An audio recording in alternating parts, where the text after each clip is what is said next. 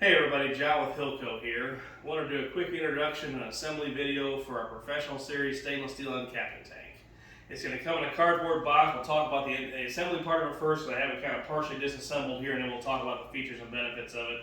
But it's going to come in a box with a lid on it like this. The legs are disassembled, the honey gate's not assembled, a couple other things need to be done. Very simple installation and assembly, but I'll just walk you through some basic steps just so we're all on the same page here. So, it's going to come in a cardboard box, kind of wrapped up. Again, the legs will be off, the lid will be on here like this. If you want to come any closer here, I'll show you what is inside. You're going to have inside the tank, you're going to have your big, your grate here, your big tray where the cappings fall onto, the honey drains out below that. We'll get to that later. But you're going to have inside here your parts that need to be assembled. You have your honey gate, you're going to have your 4 legs with the bolts that go with them. I'll show you that in a second here. You're going to have your top bar, your lid handles, and some additional hardware and stuff. So first things first, let's talk about the legs. So you're going to have a total of 4 legs, obviously. The legs have holes only on one side of the angle, so you're going to have 2 legs that are cut with holes on one side and 2 legs on the other side. So they're going to be kind of located that way. You can figure that out.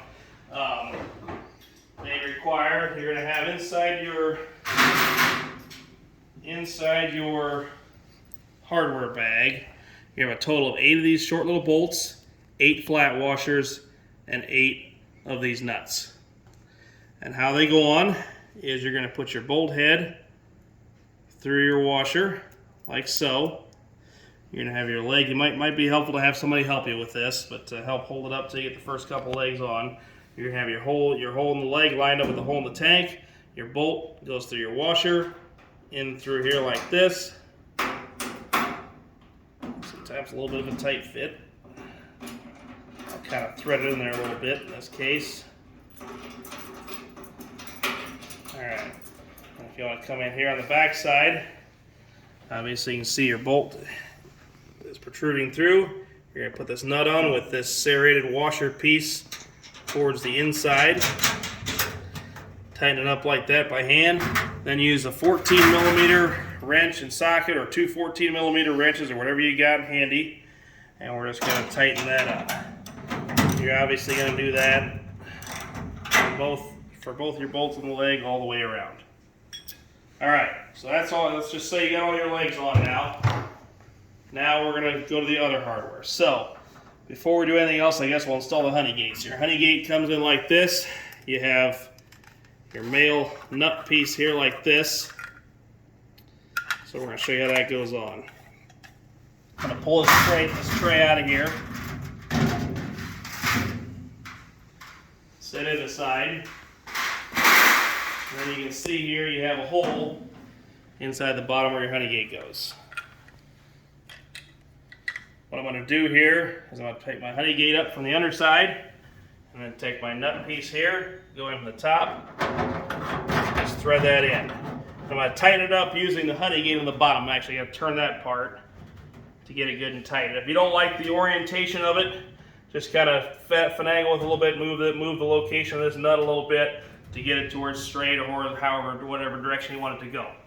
Alright, now our honey gate's installed. We're going to put our tray back in.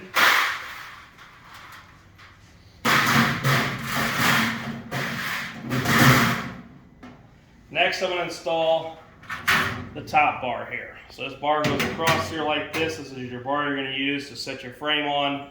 Let me grab a frame here. Your frame's going to set on here like this, so you can uncap off either side of your cappings and fall in. Alright, so what we provide to give you a place to hold this, to hold your frame, is this sharp stainless steel pin. Be careful, that is a pretty sharp point.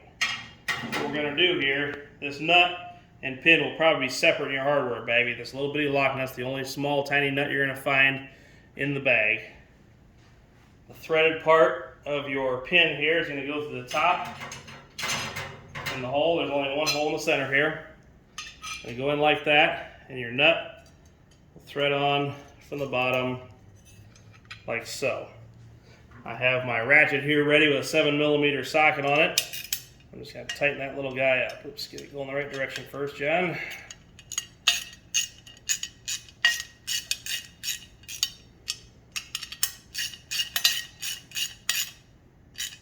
Okay, now it's tight and ready to go. Now we have one set of holes here that goes all the way through. Actually, there's two sets, I'm sorry. You can put it in whatever set of holes you want to. You're just going to line these holes in the ends of this bar up with that, and then in your hardware, you should have two of these knobs and two of these bolts. What I'm going to do with these bolts, I'm going to put it up through the bottom to where that threads protrude out just a little bit, and get my knob started here. Get it halfway snug. Repeat the same exact thing for the opposite side.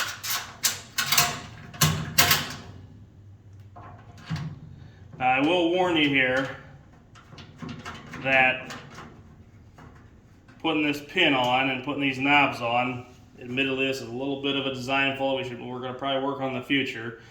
But having this in place is going to keep that lid from setting down on there flat. So if you want to stop uncapping overnight and put that, put your lid on, this is going to obstruct that lid from setting down flat. So I guess if you want to do that, that means you have to take these two knobs off and set the top bar aside temporarily like that. Not ideal. We will work on that in the future.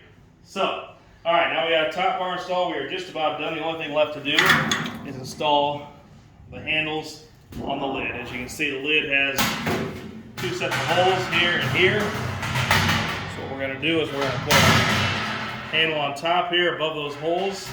I'm going to take two of my short little stubby bolts. These are going to be a little bit longer, I think, than the leg bolts. That's how you can tell the difference. And there will only be 4 of these, obviously.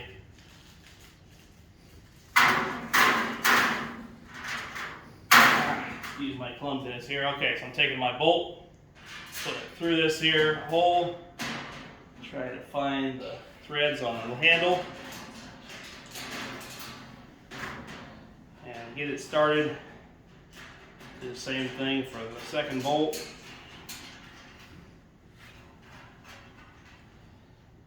Grab my ratchet that I foolishly ratchet with 14 millimeter bolt head, and just get that snug. I'm going to repeat that process for the other side, obviously, for the second handle. So that pretty well introduces you to our professional uncapping tank. It's a great option for a serious hobbyist or somebody moving up and you're getting a big extractor. One reason a lot of people buy the professional uncapping tank like this is you can have as big an extractor as you want, but if you can't keep up with uncapping your frames, then pretty soon you're not keeping up with your extractor. So what the beauty of an uncapping tank like this is, it gives you a lot of space here to set your frame. So you can uncap your frame here, the cappings fall out, the honey slot goes out through the honey gate, and then you have, as your extractor spinning, if you got your extractor loaded and running, you have a lot of space in this uncapping tank to stack frames as the machine is running as you're waiting for the next load. So, thanks for watching. Have a great day.